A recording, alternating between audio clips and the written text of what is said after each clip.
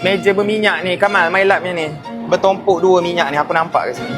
Ni kuih kenapa tak tutup? Kering nanti. Siapa buka?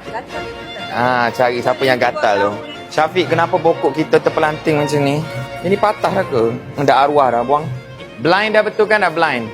Kering daun, buanglah daunnya. Ini kotak apa yang sebelah ni? Kotak paper bag. Aduh, kenapa kat sini? Pagi-pagi tolong tengok table mapping. So macam contoh yang ni nampak meja ni dengan ni combine kan? Which is still tak combine lagi. 5 minit lagi customer nak masuk. So combine sekarang. 2 ni dengan 2 ni.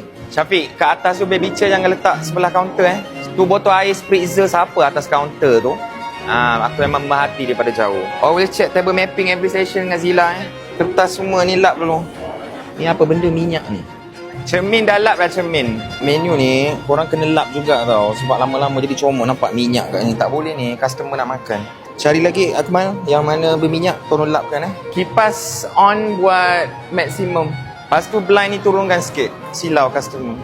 Assalamualaikum. Cantik baju semua. Selamat datang. Oh, dia dah ready ni dah. Kamera dah. App 3 orang betul bang? 2 orang. Okay. So sebelum ni cucuk keluar lambat. So hari ni kita buat improvement. Korang tanya customer daripada luar. Dia orang ada plan nak order cukup atau cucu tak? Supaya kita boleh key in awal. So nanti remark kat sini. Bila customer nak masuk pintu, terus key in dekat iPad supaya masuk order kat kitchen. Pada time customer duduk, berapa minit, cucu dah boleh keluar. Saya tak order pun. Masuk air, lepas tu terus balik. Okey, silakan bang. Boleh pilih kuih dulu kalau nak. Kita hantar ke table nanti Selamat jamu selera Panas betul hari ni Next. Kita check in flight dulu, check in flight. Kau punya ayat selalu tergantung kat tengah. Ada plan nak order cukup atau cucu tak? Lepas tu kau senyap.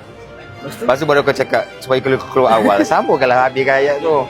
Alright. Selamat datang ke Rembayung. Oh, handsome baju abang. Meja kat atas boleh Alright. Jadi AJK kuih hari ni. Nak kuih yang mana? Kita baru add on yang ni, popia sira. Biasa saya akan recommend ni pulut tai-tai warna biru tu. Dia pulut bunga telang kat bawah, atas letak macam kaya telur. 2 cara berlauk Alright. Tu saja. Meja berapa? 47 ke atas Kita bagi hantar ke table Okay, enjoy.